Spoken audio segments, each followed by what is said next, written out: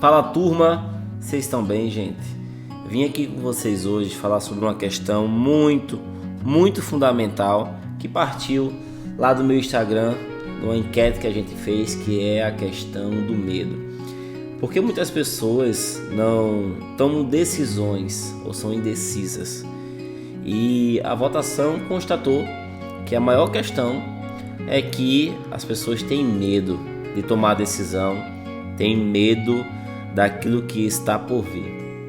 Eu gostaria de conversar com vocês um pouquinho sobre esse assunto hoje, tá? À luz de algumas questões de padrão de comportamento humano e à luz da palavra do Senhor, que é o meu guia, meu alicerce, meu GPS e a minha regra de fé e prática. Porque a Bíblia, ela não só ensina o caminho de como o homem chegar ao céu, mas ele também, principalmente, ensina como o homem deve viver aqui na Terra. E a gente vai pensar um pouquinho sobre isso hoje. Mas para iniciar, eu gostaria de refletir um pouquinho com vocês sobre a seguinte questão. Já percebeu, ou então pense um pouquinho sobre isso, que o medo em si, o que é o medo? O que a gente teme? O que está por detrás desse medo, do pavor, dessa hesitação, desse vilão que nos acompanha? Na verdade, o medo, ele tem receio de algo que ainda não existe. Normalmente, nossos medos são de algo que ainda nem aconteceu, que pode ser que aconteça, né? O medo de falhar, o medo de não dar certo alguma coisa, o medo de empreender, o medo de se frustrar, o medo de se expor, o medo de tomar a decisão errada.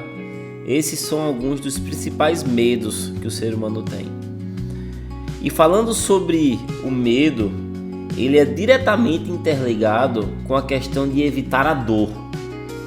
A todo custo, o nosso cérebro, o nosso interior mais profundo, ele está fazendo o possível para evitar a dor. Perceba que talvez você já tenha passado por um relacionamento muito difícil na sua vida e por causa disso você sofreu muito, você sentiu muita dor e hoje você tem medo de se relacionar com pessoas novas, ou você não se entrega por inteiro. Por quê?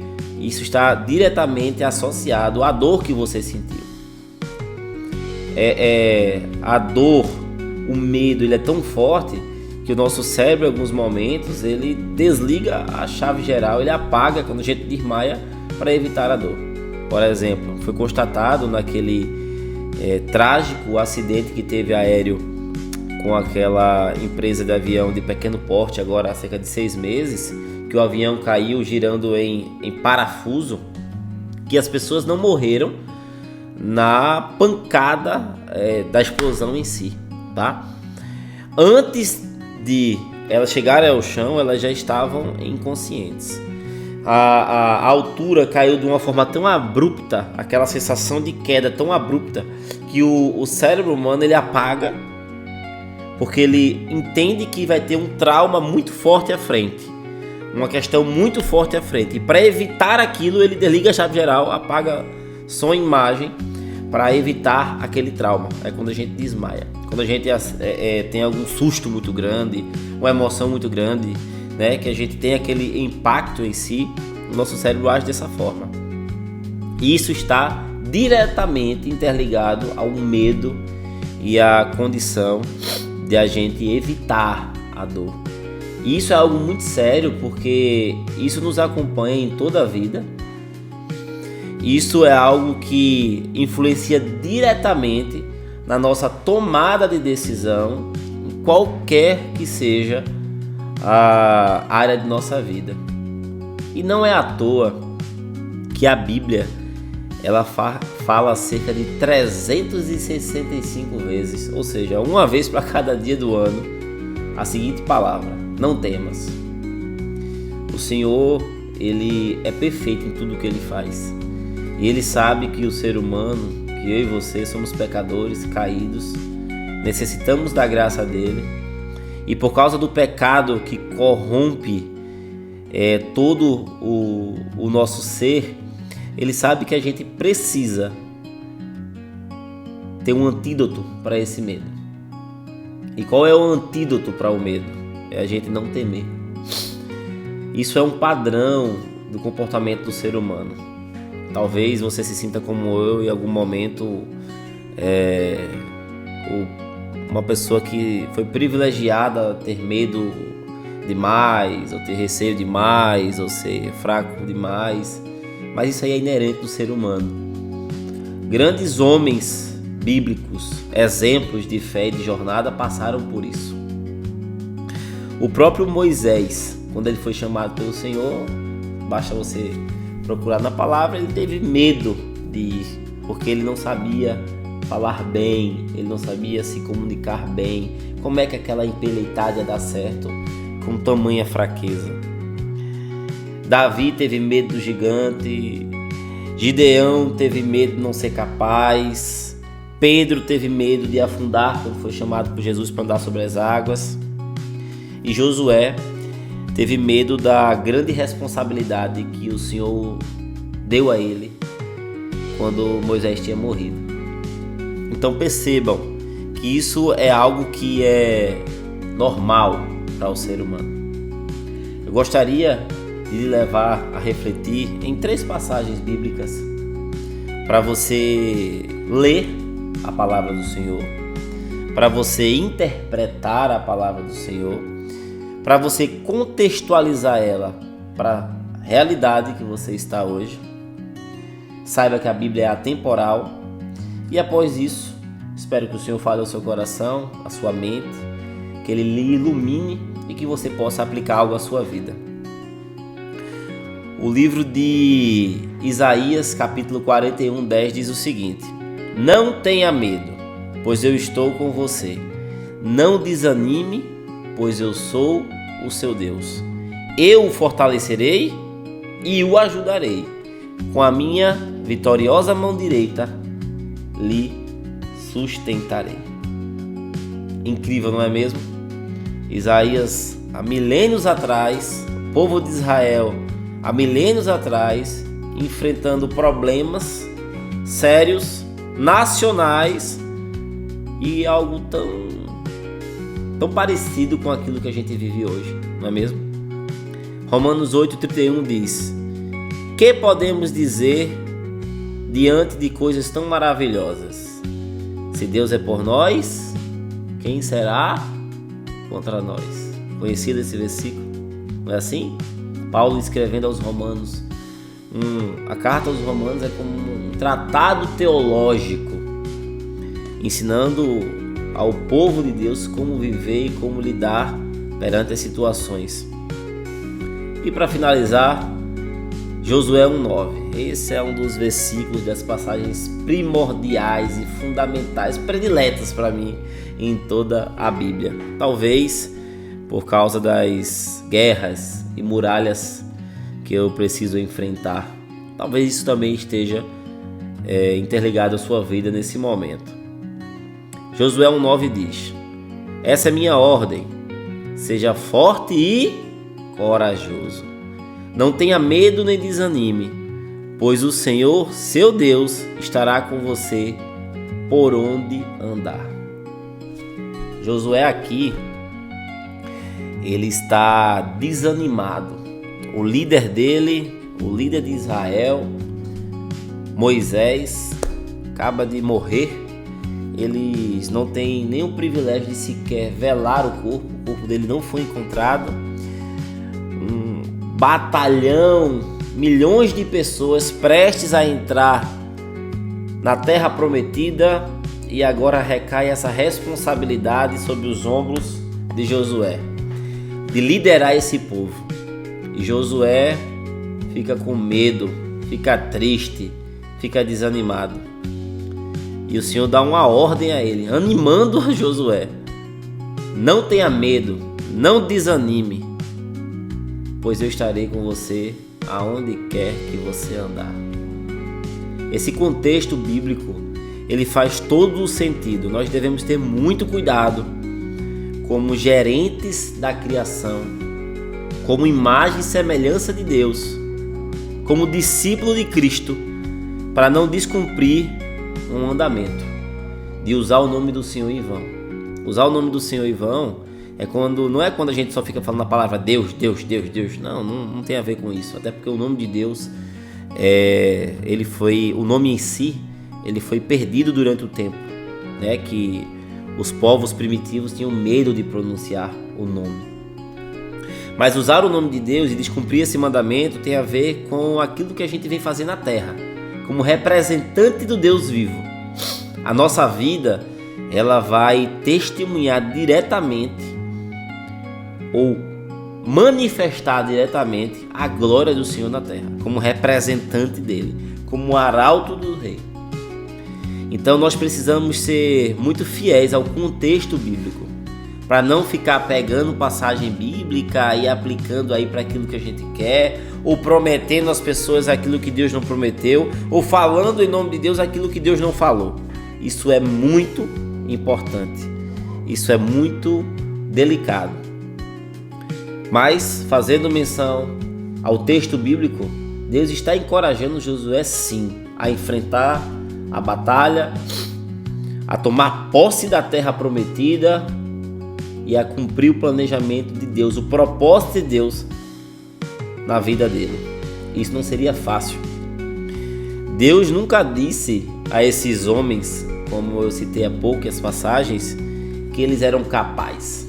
Perceba, ele falou através de sua palavra e nos fala hoje que ele estaria com eles. Eu estou contigo, pois eu estou contigo. Você vai conquistar porque eu estou contigo, porque eu sou sua destra, porque eu estou à frente, porque eu estarei fazendo isso na sua vida.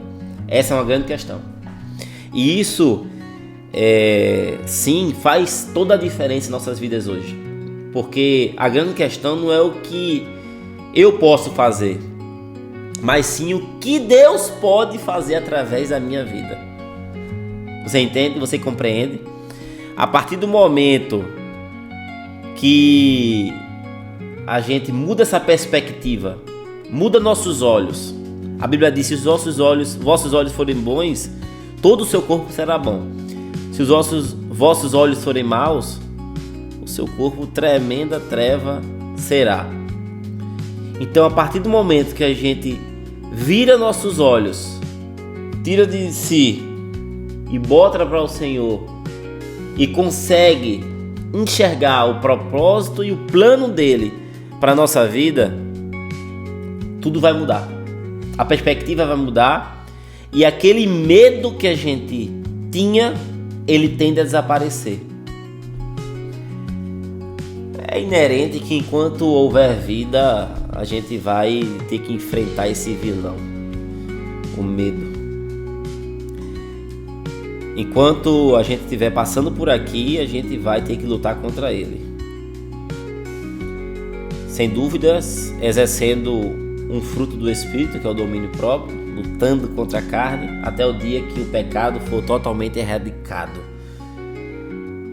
que é na volta do nosso Senhor. E quando nós falamos de medo, nós precisamos falar do oposto ao medo, que é a coragem. E um dia alguém disse que coragem não é ausência de medo, mas é atitude, ação mesmo em meio ao medo. Percebam naqueles homens ali, Moisés, Davi, Josué, dentre outros, que todos eles estavam com medo. Tiveram uma questão a enfrentar de si, um vilão. Mas eles tiveram coragem. Mesmo em meio ao medo, eles não deixaram que aquele medo dominasse eles. Eu gostaria de levar você a uma perspectiva de você entender a seguinte questão. Preste atenção nessa tela que eu estou mostrando para vocês aí agora. Vocês estão vendo aí o círculozinho menor, que tem assim, seu alcance, e tem um círculo maior, que tem fora do seu alcance? O que é que está no seu alcance? Aquilo que você pode fazer. Por exemplo, vou dar um exemplo aqui com saúde física, tá? O que é que está no meu alcance? Eu comer alimentos melhores. O que é que está no meu alcance? Eu ir para a academia, eu dormir X horas por dia, eu evitar alimentos processados, eu ter hábitos saudáveis. Isso está no meu alcance. E o que é que está fora do meu alcance? É o resultado. Eu acho muita prepotência quando as pessoas dizem o seguinte: você tem que focar no resultado. Eu falo diferente. Eu digo que você deve mensurar energia, não resultado. Mensurar aonde você vai depositar a sua força, a sua energia, a sua atitude e a sua ação naquilo que está no seu controle. Porque você percebe que aqui nesse círculo a maior parte está fora do seu controle? Pois é. Quem disse que eu vou ter saúde suficiente amanhã, não vou passar por um acidente, sei lá, perder minhas 2 pernas e vou poder dizer o seguinte: eu vou poder fazer atividade física, eu vou poder entrar numa competição? Quem disse que eu vou chegar até amanhã e alcançar aquilo? Quem disse na saúde financeira, por exemplo, que eu não vou me deparar com uma pandemia pior do que aconteceu há 4 anos atrás? O que eu posso mensurar é a energia. Eu vou trabalhar, eu vou plantar, mas o resultado está além do meu alcance. O resultado, existem inúmeros fatores externos que podem fazer que eu tenha resultados diferentes. E foge da minha pequena, humilde, simples mão falha, pecadora e fraca. É muita pretensão você querer mensurar resultados. Mas você concorda comigo que você mensurando a energia, a probabilidade de você ter uma colheita, resultados bons é enorme? Vamos lá. Se eu acordar cedo, se eu me alimentar bem, se eu tomar bastante líquido, se eu ingerir alimentos saudáveis, se eu me exercitar, se eu descansar, provavelmente qual é que vai ser o resultado da minha saúde? Eu não posso dizer se amanhã eu vou ter um câncer ou não. Tem muitas coisas que fogem do nosso controle, que estão aí no alcance do Senhor. Mas aquilo que está sobre a responsabilidade humana, eu preciso e devo fazer. Afinal, Deus vai cobrar de cada um os talentos que Ele deu a cada um, não é mesmo? Então entenda como isso muda toda uma perspectiva. A partir do momento que você tem ciência daquilo que está no seu controle e o que está fora do seu controle, você não tem como intervir. Isso é algo que só o Senhor pode fazer. Você entende que você tende a ter muito mais calma, fé, esperança, amor, domínio próprio, menos sensação de querer trazer o futuro para cá, que a ansiedade é isso, o excesso de futuro, a gente querer que algo aconteça nesse momento. Isso também é um reflexo da nossa natureza pecaminosa, é querer estar no lugar de Deus e controlar o futuro e o amanhã. Você entende? Nós precisamos ser fortes e corajosos nessa sociedade que está diante da gente. Nós precisamos exercitar os frutos do Espírito e lutar contra essa natureza pecaminosa.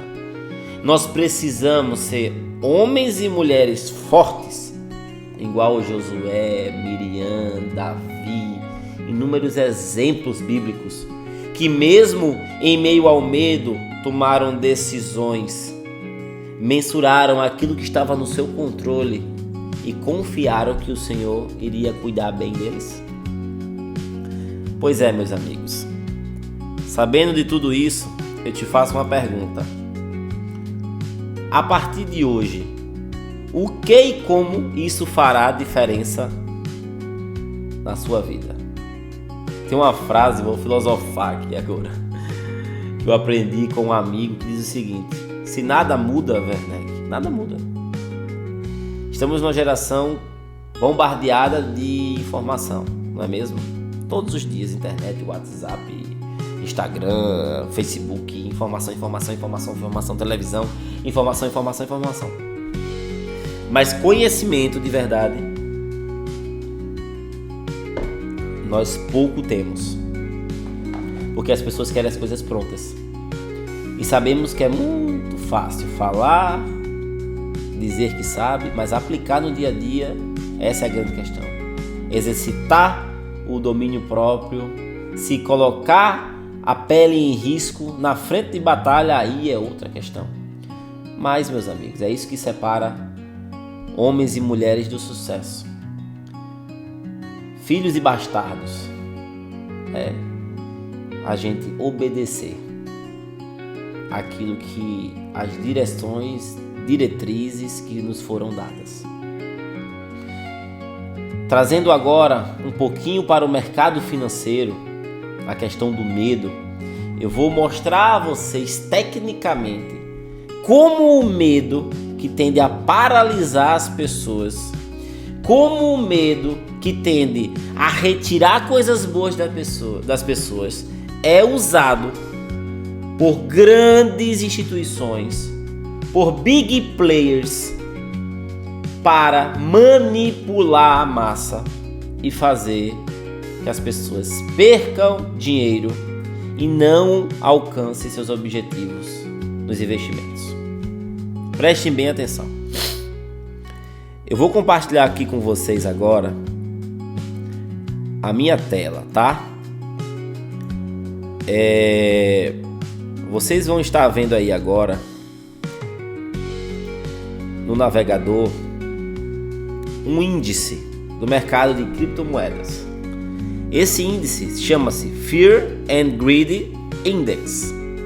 Ele é um índice que mostra medo e ganância no mercado. Ou seja, quando esse índice, vocês vejam aqui embaixo, ó, ele vai de 0, tá vendo? A 100. Quando ele está passando da região 54, 75, chegando ao 100, ele está em ganância extrema. O mercado está eufórico. Todos estão falando que os ativos vão para a lua. Go to the moon. Quando ele está de 46, 25 abaixo, igual está agora, ele está em 32, ele está no medo. Ou aqui entre 0 e 25, medo extremo. Significa o quê? Que o mercado está em pânico. As pessoas estão assustadas. O futuro é incerto. Tá? Agora eu vou fazer o seguinte. Eu vou mostrar a vocês aqui no tempo o que acontece, como acontece, através do padrão de comportamento psicológico humano. Por isso que os gráficos funcionam e funcionam muito. Porque eles refletem o padrão de comportamento humano, como os grandes se beneficiam disso. Vamos lá. Nesse gráfico aqui, vocês podem ver que abaixo é a data.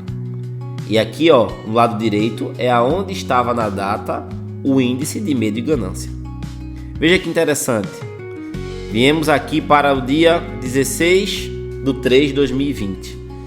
O score, ou seja, o índice de medo e ganância estava em 9.